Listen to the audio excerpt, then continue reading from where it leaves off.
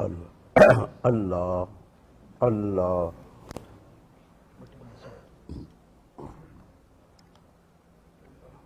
اللہ اللہ الحمد للہ رب العالمین نحمده ونصلی علی رسولہ الکریم اما بعد فاعوذ باللہ من الشیطان الرجیم بسم اللہ الرحمن الرحیم ربنا ظلمنا انفسنا وإن لم تغفر لنا وترحمنا لنكونن من الخاسرین صدق اللہ العلی العظیم ان اللہ وملائکتہ یصلون علی النبی یا ایہا الذین آمنوا صلوا علیہ وسلموا تسلیما اللہم صلی علی سیدنا مولانا محمد وعلی آل سیدنا مولانا محمد وبارک وسلم علیہ۔ میرے عزیز دوستو، واجہ احترام بزرگوں، انتہائی پیارے بیٹوں، میری پیاری ماں، بہنوں، بیٹیوں، عاجز ناچیز پر تقصیر گناہگار بندے نے آپ کے سامنے اللہ تعالیٰ کے پاک کلام میں سے ایک حصہ تلاوت کرنے کا شرف حاصل کیا۔ رب العزت سے دعا ہے وہ پاک ذات عاجز کو صحیح مفہوم بیان کرنے کی، آپ سب کو سننے کی، ہم سب کو اس پر عمل کرنے کی توفیق عطا فرمائے۔ یہ کلمات جو قرآن پاک میں موجود ہیں، عاجز نے جسے تلاوت کرنے کا شرف حاصل کیا، یہ وہ دعا ہے جو حضرت سیدنا آدم علیہ السلام نے اللہ کے دربار میں عرض کی تھی۔ ربنا ظلمنا انفسنا، اے رب ہمارے، اے میرے رب، میں نے اپنی جان پر ظلم کیا، وَإِن لَّمْ تَغْفِرْ لَنَا وَتَرْحَمْنَا، تو بخشش فرما دے، تو مغفرت فرما دے اور تو رحم فرما دے۔ اے میرے رب، اگر تو نے رحم نہ فرمایا، تو نے بخشش نہ فرمائی، ربنا ظلمنا انفسنا وَإِن لَّمْ تَغْفِرْ لَنَا وَتَرْحَمْنَا لَنَكُونَنَّ مِنَ الْخَاسِرِينَ، ہم پھر نقصان والے ہیں، ہم پھر خسارے والے ہیں۔ خدا کا نبی، آپ سے بھول ہوئی۔ ایک ہوتا ہے گناہ کرنا، ایک ہوتا ہے بھول۔ بھول گناہ نہیں ہوتا۔ عقل ماری گی اس شخص کی جو انبیاء کرام کے بارے میں کہتا ہے فلاں نبی نے یہ گناہ کیا۔ نبی معصوم ہوتے ہیں، نبی پاک ہوتے ہیں۔ بھول الگ چیز ہے، گناہ الگ چیز ہے۔ شعور رکھتے ہوئے، علم رکھتے ہوئے کھلی اللہ کی نافرمانی کرے، یہ گناہ ہے۔ لیکن بھول کر کوئی فعل ہو جائے، بے شک وہ اللہ کی نافرمانی ہو، لیکن بھول کر ہو جائے، وہ گناہ نہیں ہے۔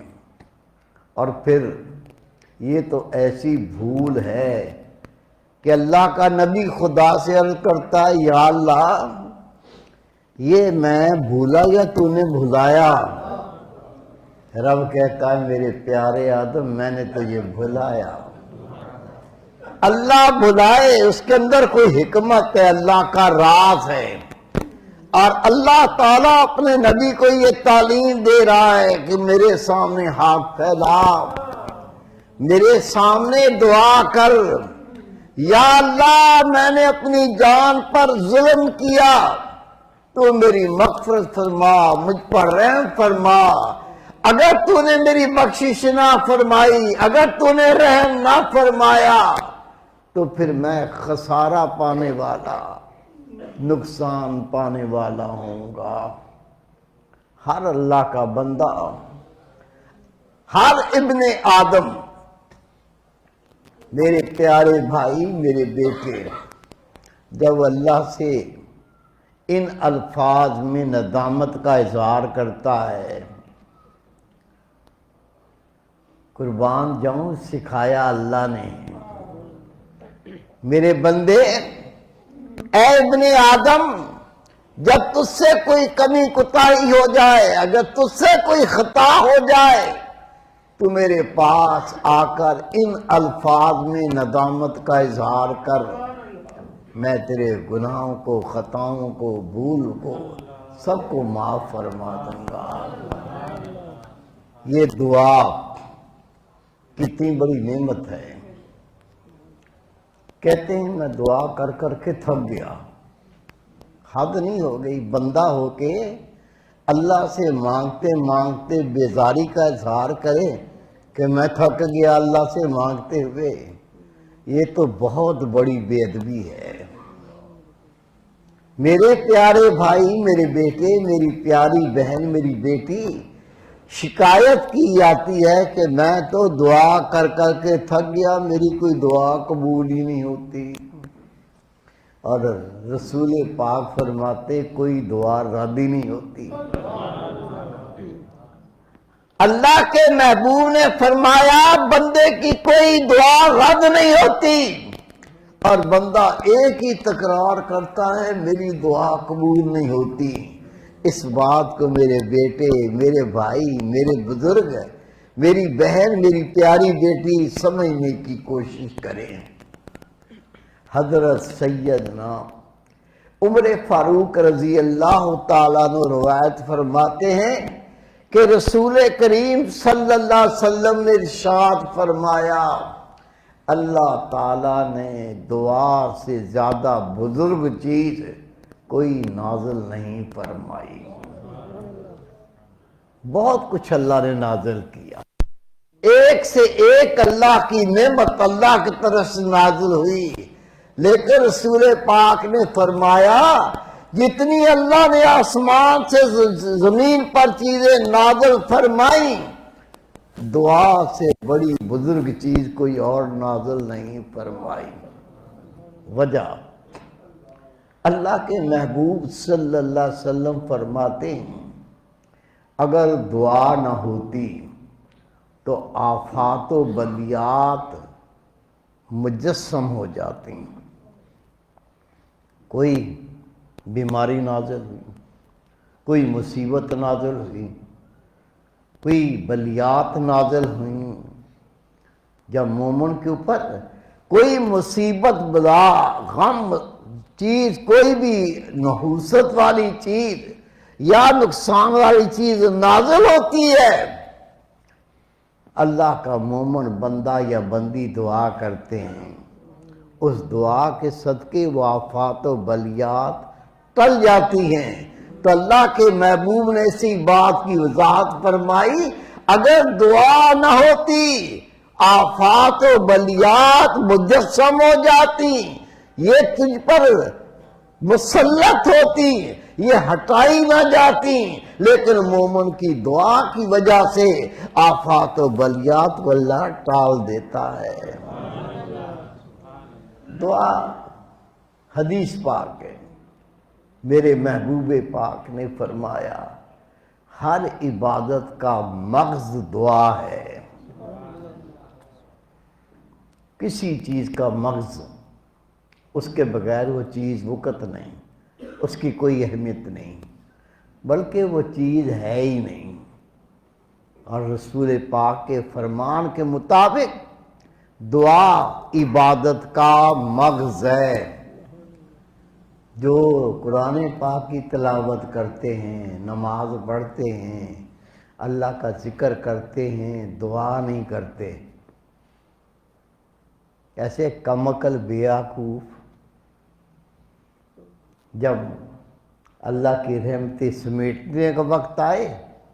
عبادت تو کی اللہ کو راضی کرنے کے لیے، عبادت کی اللہ کو راضی کرنے کے لیے، عبادت کر کے فارغ ہوا، اللہ اس کی عبادت سے خوش ہوا.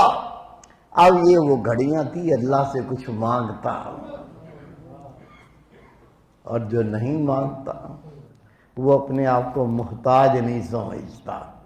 اور بندہ ہو کے اللہ کا محتاج نہ ہو یہ تو ممکن ہی نہیں ہے. تو میرے پیارے بھائی، میرے بیٹے، تو کوئی عبادت کر، کوئی اللہ کا ذکر کر، قرآن پاک کی تلاوت کر، نوافل پڑھ، تسبیحات کر. جب تو کر کے فارغ ہو، تیرا ذکر کرنا اللہ کو راضی کرنے کا سبب ہے، اللہ کو خوش کرنے کا وسیلہ ہے. عبادت کرنے کے بعد اللہ سے جو تیری خواہشیں ہیں، جائز خواہشیں، اس کا اللہ سے سوال کر تاکہ اللہ تیری جھولی کو بھرے اور تیری زندگی میں راحت آ جائے. دوسری حدیث پاک اللہ کے محبوب نے فرمایا عبادت کا سر دعا ہے. سر کے بغیر بندے کی کیا حیثیت ہے؟ معلوم چلا عبادت کی، اللہ کا ذکر کیا، تسبیحات کی اور دعا نہیں کی تو اس عبادت کا سر ہی نہیں ہے، تو باقی کیا بچا؟ رسول پاک کا فرمان ہے دعا عبادت کے بازو ہیں. یہ چلنا، انسان چلتا ہے، اس کے ہاتھ اگر باندھ دیے جائیں وہ تیز نہیں دوڑ سکتا، تیز نہیں چل سکتا. پرندے ہیں وہ اڑتے ہیں، ان کے بازو، ان کے پر باندھ دیے جائیں وہ اڑ نہیں سکتے. معلوم چلا اللہ کی عبادت کو اللہ تک پہنچانا ہے تو رب سے دعا کرنی ہے. نبی پاک نے فرمایا دعا عبادت کے بازو ہیں، جتنے بازو طاقتور ہوں گے اتنی عبادت اللہ کے قرب میں پہنچے گی، اتنی عبادت اللہ کیا قبولیت کا شرط پائے گی. جب کوئی عبادت کرو، تھوڑی کرو یا زیادہ کرو، اللہ تعالیٰ کی بھرپور اللہ سے دعا کرو تاکہ اس کے فیض سے بہرہ ہو سکو. دعا کرنے کے آداب ہیں. اگر باوضو کے دعا کرو گے تو وہ دعا اور ہوگی، بغیر وضو کے دعا کرو گے تو دعا اور ہوگی. یہ اللہ والوں نے بتایا ہے کہ اللہ کے دربار میں دعا کرنے کے آداب ہیں. ان آداب کو محفوظ خاطر رکھو گے تو اللہ تمہاری دعاؤں کو مستجاب فرمائے گا. سب سے پہلے اگر باوضو ہو کے دعا کرو گے تو وہ دعا اللہ کو زیادہ محبوب ہوگی، اور اگر بغیر وضو کے کرو منع نہیں ہے، کر سکتے ہو. لیکن اللہ کے دربار میں سوال کرنے سے پہلے اگر باوضو ہو جاؤ تو دعا کے مستجاب ہونے میں برکت بڑھ جاتی ہے. جب بھی دعا کریں اللہ فرماتے ہیں دعا شروع کرو تو درود پاک پڑھ کے کرو، اور جب دعا ختم کرو تو درود پاک پڑھو. کیوں؟ یہ ایسی عبادت ہے رسول پاک پر درود و سلام بھیجنا، کیونکہ یہ اللہ کی سنت ہے. اللہ بھی اس پہ عمل کرتا ہے. اللہ کے سارے ملائکہ بھی رسول پاک پر درود و سلام بھیجتے ہیں. جب اللہ کا مومن بندہ اللہ کے حضور میں دعا کرتا ہے، دعا اس طرح کرتا ہے کہ پہلے شروع میں درود و سلام پڑھتا ہے، آخر میں بھی درود و سلام پڑھتا ہے، کیونکہ یہ اللہ کی سنت ہے. اللہ کا مومنوں کو حکم ہے، جب بندہ مومن اس پر عمل کرتا ہے تو یہ عبادت رب کے ہاں قبول ہوتی ہے، اور اس کے درمیان جو مانگا جائے وہ بھی قبول ہو جاتا ہے. پہلا پڑھا دروشی وہ بھی قبول، آخر میں پڑھا دروشی وہ بھی قبول، اس کے درمیان جو مانگا وہ بھی قبول. میرے پیارے بھائی، میرے بیٹے، دعا کرنے سے پہلے یہ بزرگوں کا طریقہ رہا ہے، کچھ صدقہ کرتے تھے، اور پہلے تو رسول پاک صلی اللہ علیہ وسلم کی زیارت کرنے کے لیے جب صحابہ کرام آتے تھے، رب نے حکم دیا میرے محبوب، میرے رسول کی زیارت معمولی چیز نہیں ہے، اصحابہ سے کہیے، مومنین سے کہیے، جب میرے محبوب کے در اقدس پر آئیں، نبی پاک کی زیارت کے لیے حاضر ہو، پہلے صدقہ کر کے پھر آپ کے پاس آئیں۔ میں اتنی بڑی نعمت ان کو عطا کر رہا ہوں، اس کا شکرانہ یہ ہے کہ صدقہ کر کے رسول پاک کی زیارت کریں۔ لیکن صحابہ کرام مفلس، غریب، زیارت کے لیے ترسنے والے، جب جیب میں دمڑی نہ ہوتی تھی، پیٹ بھوکے ہوتے تھے، تن کے کپڑے پھٹے ہوئے ہوتے تھے، خدا کے محبوب نے اللہ سے دعا کی، یا اللہ، یہ جو تو نے مومنین پر شرط رکھی ہے کہ صدقہ کر کے تیرے محبوب کی زیارت کے لیے آئیں، ان کے لیے یا اللہ آسانی کر دے۔ تو اللہ رب کریم نے حکم منسوخ فرما دیا۔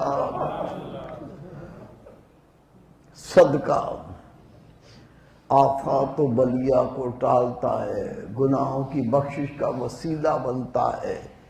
دعا کرنے سے پہلے اگر اللہ کے نام پر صدقہ کر دیا جائے، اس کے بعد اللہ سے دعا کی جائے، اللہ اس دعا کو بھی رد نہیں فرماتا۔ دعا کرے تو عاجزی، انکساری کو اپنائے۔ عاجزی کب آئے گی؟ اگر بندہ یہ سمجھے میں تو نمازی ہوں، میں تو قرآن پاک کا حافظ ہوں، میں تو عالم ہوں، میں تو سید زادہ ہوں، میں تو پیر زادہ ہوں، میں تو یہ ہوں، میں تو وہ ہوں، اس سے انسان کا نفس اپنے آپ کو بڑا سمجھنے لگتا ہے، اور جو بڑا سمجھنے لگتا ہے اس کے لیے ذلت اور رسوائی۔ جو عاجزی کرتا ہے، انکساری کرتا ہے، رب اس کو بلندیاں دیتا ہے۔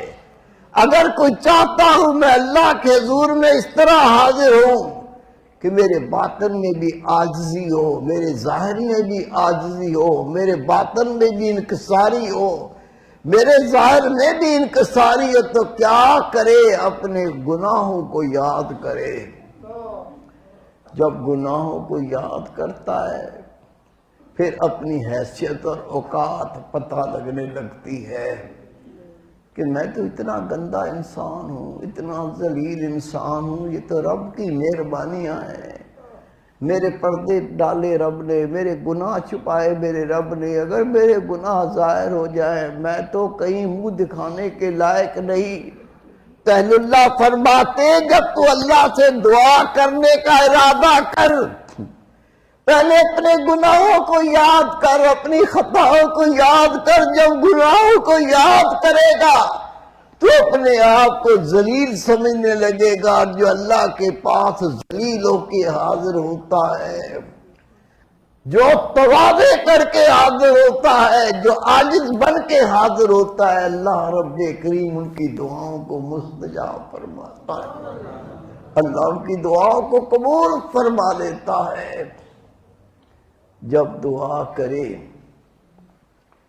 اپنی خطاؤں کو یاد کر کے روئے، آنسو بہائے، اور یہ حدیث پاک کئی بار عاجز نے عرض کی کہ روز قیامت گناہ گار اتنا روئیں گے، ایک گناہ گار کے آنسوؤں میں پوری دنیا کے جہاز کھے جا سکتے ہوں گے، لیکن یہ اس کا رونا، یہ آنسو بہانا اس کے کسی کام نہیں آئے گا۔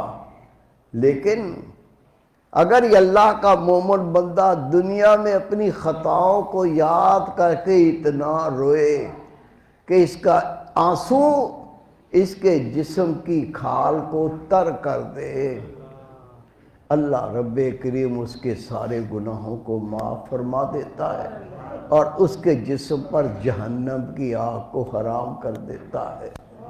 جب اللہ سے دعا کرے، اللہ سے التجا کرے، اللہ سے سوال کرے، روئے، یہ رونا رسول پاک فرماتے جب تو قرآن پاک کی تلاوت کرتا رو۔ رونا اگر نہیں آتا، دل کی سختی ہے، تو پھر تو جان کر کے رو، مصنوعی طور پہ رو، جس کو ریاکاری کہتے ہیں۔ اور کسی کام میں بندہ ریاکاری کرتا ہے تو گناہگار ہوتا ہے، لیکن نبی پاک کے فرمان کے مطابق قرآن پاک پڑھتے ہوئے دکھاوے کے لیے روئے گا، وہ رونا بھی اس کا قبول کیا جائے گا۔ بلکہ امام غزالی رحمۃ اللہ علیہ فرماتے ہیں اگر تکلف سے تو روتا ہے، تکلف سے روتا ہے، پھر بھی تیری آنکھ سے آنسو نہیں بہتے، تکلف سے بھی تجھے رونا نہیں آتا، تو کم از کم اس پہ تو رو کہ تیرا دل اتنا کالا، تیرا دل اتنا سخت ہے کہ تکلف سے بھی رونا نہیں آتا۔ اگر تو روئے گا، یہی رونا تیرے گناہوں کی بخشش کا وسیلہ بن جائے گا۔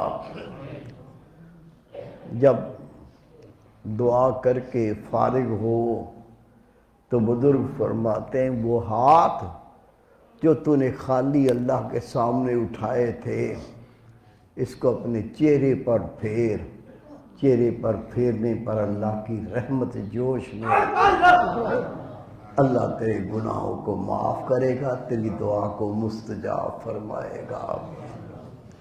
نبی پاک صلی اللہ علیہ وسلم کا ارشاد مبارک ہے کہ موسیٰ علیہ السلام کا دور مبارک سالوں بیت گئے، ایک قطرہ بارش نہ ہوئی، قحط سالی ہو گئی۔ پہلے جانور پیاس سے مرتے تھے، اب حال یہ ہوا انسان بغیر پانی کے مرنے لگے، درخت سوکھ گئے، گھاس سوکھ گیا، انسان قطرہ قطرہ پانی پینے کو ترستا تھا۔ اللہ کے نبی سے عرض کی ہے موسیٰ علیہ السلام پہلے تو جانور پیاس سے مرتے تھے، اب انسان کے پاس پینے تک کا پانی نہیں، اللہ کا واسطہ آپ کوئی طور پر جاتے اللہ سے عرض کریں اللہ تعالیٰ بارش برسائے، زمین زندہ ہو، ہری بھری ہو۔ اللہ سے عرض کی، رب نے فرمایا اپنی قوم کو کوہ طور کے دامن میں لے آ، سب مل کے مجھ سے دعا کریں، میں تمہیں بارش عطا فرماؤں۔ خدا کے نبی نے اپنی قوم کو بلایا، سارے اکٹھے ہو گئے، اکٹھے ہو کے اللہ کے سامنے فریاد کی، یا اللہ اپنی رحمت کا نزول فرما، باران رحمت کا نزول فرما۔ یا اللہ پہلے جانور پیاس سے مرتے تھے، اب تو انسان قطرے قطرے پانی کو ترستا ہے۔ اللہ کا فرشتہ جبریل امین آ کے کہتا ہے یا نبی اللہ تیری اس قوم میں ایک چغل خور ہے۔ چغل خور کون ہوتا ہے؟ جو دو انسانوں میں جھگڑا کرا دے۔ اکثر میں مثال دیتا ہوں، یعقوب یار بات سن جی، اور تو کہتا ہے وہ عبدالجبار تیرا دوست ہے، ہاں یار بڑا اچھا ہے یار، عبدالجبار بہت اچھا دوست ہے، تیری ماں کو گالیاں دے رہا تھا، میں وہاں کھڑا تھا، تو دوست بنا کے بیٹھا ہوا ہے۔ جھگڑا، حالانکہ عبدالجبار کے فرشتوں کا پتہ نہیں ہے، جھگڑا کرانا تھا کرا دیا۔ گناہ بہت ہیں۔ یہ چغل خوری قرآن پاک میں رب نے ارشاد فرمایا چغل خور حرام زادہ، حرام کا تخم، معمولی بات نہیں ہے، بہت بڑی بات ہے۔ اگر تیری بات سے دو مومن آپس میں لڑ پڑیں، دو مومنوں کے دل میں فرق پڑ جائے، تیری یہ بات چغل خوری ہے۔ اور چغل خور کو قرآن پاک نے حرام زادہ فرمایا ہے۔ بات کرنے سے پہلے سوچو میری اس بات سے دو مومنوں میں اختلاف تو پیدا نہیں ہو جائے گا، دو مومنوں کے دل دور تو نہیں ہو جائیں گے، دو مومن آپس میں لڑ تو نہیں پڑیں گے۔ اگر یہ کراتا ہو اپنے منہ کو لگام دے، اپنے آپ کو روک لے، اس لیے کہ چغل خوری کرنا اتنا بڑا گناہ ہے کہ قرآن پاک میں اس کو حرام زادہ کہا گیا۔ جبریل امین آ گئے، یا نبی اللہ تیری اس قوم میں ایک چغل خور ہے، جب تک وہ تیری قوم میں موجود ہے دعا قبول نہیں کروں گا۔ وہ نکل جائے، باقی تیری قوم مل کے دعا کرے، میں بھی بارش عطا فرماتا ہوں۔ موسیٰ علیہ السلام نے عرض کی، یا اللہ تو مجھے آگاہ فرما وہ کون ہے تاکہ اس کو میں مجلس سے نکال دوں۔ اللہ نے فرمایا، موسیٰ میں چغل خور کو اتنا برا سمجھتا ہوں اور تو مجھے ہی کہہ رہا کہ میں اس کا نام بتاؤں، یعنی میں اس کی چغلی کروں۔ یہ بات کرنی تھی، چغل خور سمجھ گیا، اس کی آنکھوں سے آنسو ٹپکنے لگے، وہ رو کے کہتا ہے، یا اللہ میرے عیب سے تو آگاہ ہے، مخلوق کو پتہ نہیں، اگر تو نے میرا نام بتا دیا میں سب کے سامنے نکل کے جاؤں گا، لوگ مجھے دیکھیں گے یہی وہ ذلیل انسان ہے، یہی وہ چغل خور ہے جس کی وجہ سے کسی کی دعا قبول نہ ہو رہی تھی۔ یا اللہ تو میرے اس عیب پہ پردے ڈال، میں تجھ سے وعدہ کرتا ہوں آئندہ کبھی کسی کی چغل خوری نہیں کروں گا۔ اتنا کہنا تھا، زبان سے نہیں بولا، دل میں توبہ کی اور یہ اظہار کیا۔ اظہار کرتے ہی گڑ گڑ کی آواز شروع ہوئی، کالی سیاہ گھٹائیں چھائیں، بارش شروع ہو گئی۔ قوم نے کہا، یا نبی اللہ آپ نے فرمایا تھا میری اس قوم کے لیے ایک چغل خور ہے، جب تک وہ موجود ہے کسی کی دعا قبول نہیں کروں گا۔ یا اللہ بندہ تو کوئی نکلا ہی کو نہیں، اے خدا کے نبی بندہ کوئی گیا ہی نہیں۔ بارش شروع ہو گئی، اللہ کے نبی نے رب سے سوال کیا، یا اللہ اس میں تیری کیا حکمت ہے؟ جواب آیا، میرے نبی اس نے توبہ کر لی ہے، میرے نبی اس نے توبہ کر لی ہے، اسی کی توبہ کے صدقے میں نے بارش عطا فرما دی۔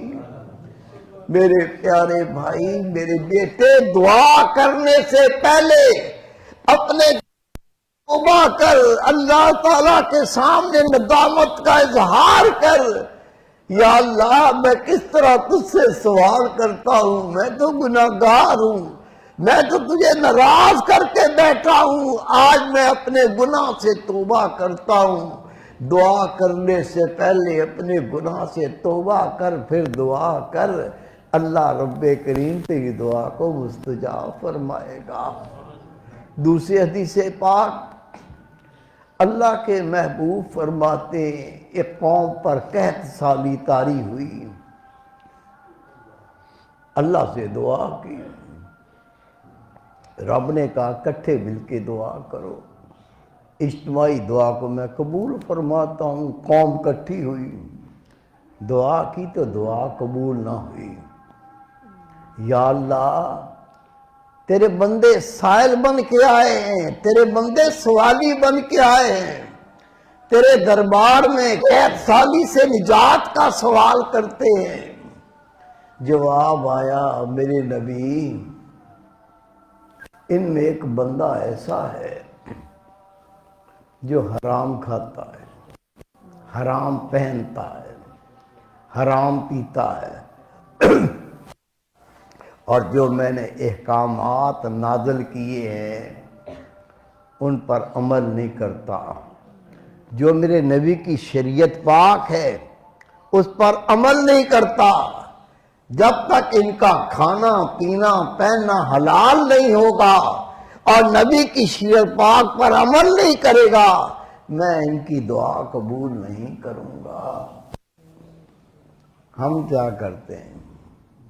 میرے بھائی، میرے بیٹے، یہ تو چاہتے ہیں کہ اللہ سے مانگے اللہ عطا کر دے، لیکن جو اصول قواعد و ضوابط ہیں ان کو کبھی بھی نہیں سوچا کہ اس پر ہم کتنا عمل کرتے ہیں۔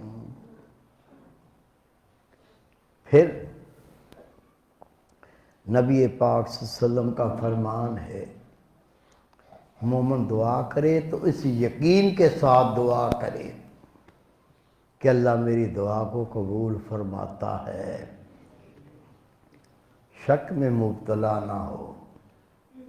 پھر اللہ کے محبوب نے فرمایا اے میرے پیارے صحابہ، اللہ اس کی دعا کے بارے میں بہتر جانتا ہے کہ وہ کب قبول کرنی ہے۔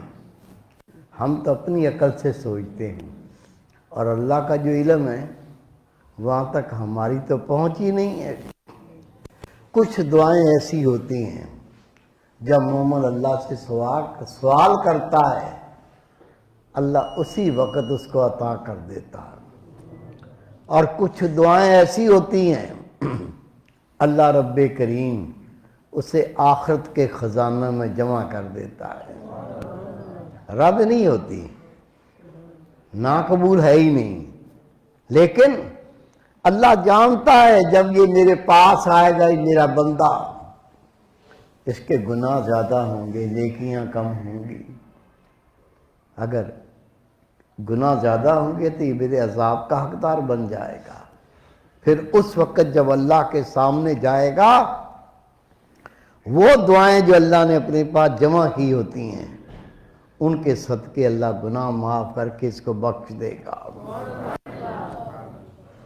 اور تیسرا، میرے پیارے بھائی، میرے بیٹے، اللہ کے محبوب صلی اللہ علیہ وسلم کا فرمان ہے کہ روز محشر ایک شخص یکدم اسے کوئی خوشخبری سنائی جائے گی، وہ کہے گا یا اللہ عمل تو دنیا میں ہوتے تھے، دنیا ختم ہوگی، آخرت آ گئی، میں تیرے سامنے حساب و کتاب کے لیے حاضر ہوں، یہ یکدم خوشخبری، کوئی جنت کا رتبہ، کوئی جنت کی بہت بڑی نعمت ہے، یہ میری سمجھ نہیں آیا۔ رسول پاک صلی اللہ علیہ وسلم کا ارشاد مبارک ہے، اللہ فرمائے گا بندے تو نے فلاں وقت یہ دعا کی تھی، یا اللہ کی تھی، پھر تجھے وہ مل گئی، یا اللہ نہیں ملی، کہا میں نے اس وقت کے لیے رکھی تھی، وہی تیری دعا، اس کے صدقے میں تجھے جنت میں اتنے رتبے بلند عطا کر کے دیتا ہوں۔ یہ کہہ کر رسول پاک کی آنکھوں میں آنسو آ گئے۔ نبی پاک نے فرمایا میرے پیارے صحابہ، اس وقت تو اللہ کا وہ مومن بندہ کہے گا یا اللہ تو نے تو میری دنیا میں بہت دعائیں قبول کی تھی، میری بہت خواہشیں قبول کی تھی، کیا بہتر ہوتا دنیا میں جتنی میں نے دعائیں کی تھی ایک دعا قبول نہ ہوتی، میری ایک خواہش قبول نہ ہوتی اور اس کا بدلہ آج روز محشر مل جاتا۔ یہ بندہ خواہش کرے گا، چاہت کرے گا، یہ دعا میرے پیارے بھائی، میرے بیٹے کتنی بڑی نعمت ہے، جو اللہ سے دعا نہیں کرتا اللہ کو وہ بندہ پسند نہیں۔ یہ چند باتیں آج نے عرض کی ہیں، کر کے باوضو ہو جایا کرو، دروشی پڑھ کے دعا کرنا شروع کرو، آخر میں بھی دروشی پڑھا کرو، کوئی صدقہ کر کے دعا کیا کرو، کوئی اللہ کی عبادت کر کے دعا کیا کرو، اللہ کے سامنے رو دھو کے دعا کیا کرو، اللہ کے سامنے عاجزی انکساری کر کے دعا کیا کرو، اور اس یقین کے ساتھ دعا کیا کرو اللہ میری کوئی دعا رد نہیں فرمائے گا۔ میرے پیارے بھائی، میرے بیٹے، اللہ مناسب سمجھے تو یہیں دے دے، نہیں تو اپنے خزانے میں جمع کر لے، جیسے رب بہتر سمجھتا ہے۔ لیکن دعا کے بارے میں نبی پاک نے فرما دیا ہر عبادت کا سر ہے، یا دعا ہر عبادت کا مرز ہے، یا ہر دعا ہر عبادت کے بازو ہے جس کے صدقے یہ پرواز کرتے ہیں۔ اور جب دعا کیا کرو رسول پاک کا وسیلہ ڈال دیا کرو۔ آدم علیہ السلام جب بھولے زمین پر اتار دیے گئے، 300 سال تک سر سجدے میں رکھ کے روتے رہے، آپ کی آنکھوں سے آنسو رواں ہو گئے، وہ آنسو بہنے لگے، 300 سال تک روتے رہے، آنکھوں کے آنسوؤں سے پانی بہنے لگا، اس پانی کے اندر پودے پیدا ہونے لگے، اور روایتوں میں آتا ہے وہ سارے پودے جس کے اندر خوشبو والے پھول لگتے ہیں وہ آدم علیہ السلام کی آنکھوں کے آنسوؤں سے پیدا ہوئے ہیں۔ یہ اللہ کا پیارا نبی 300 سال روتا ہے، جبریل امین آتے ہیں، اے آدم علیہ السلام میں آپ کو ایسے کلمات نہ سکھاؤں، ان کلمات سے تو اللہ سے سوال کرے، خدا تیرا سوال پورا کر دے۔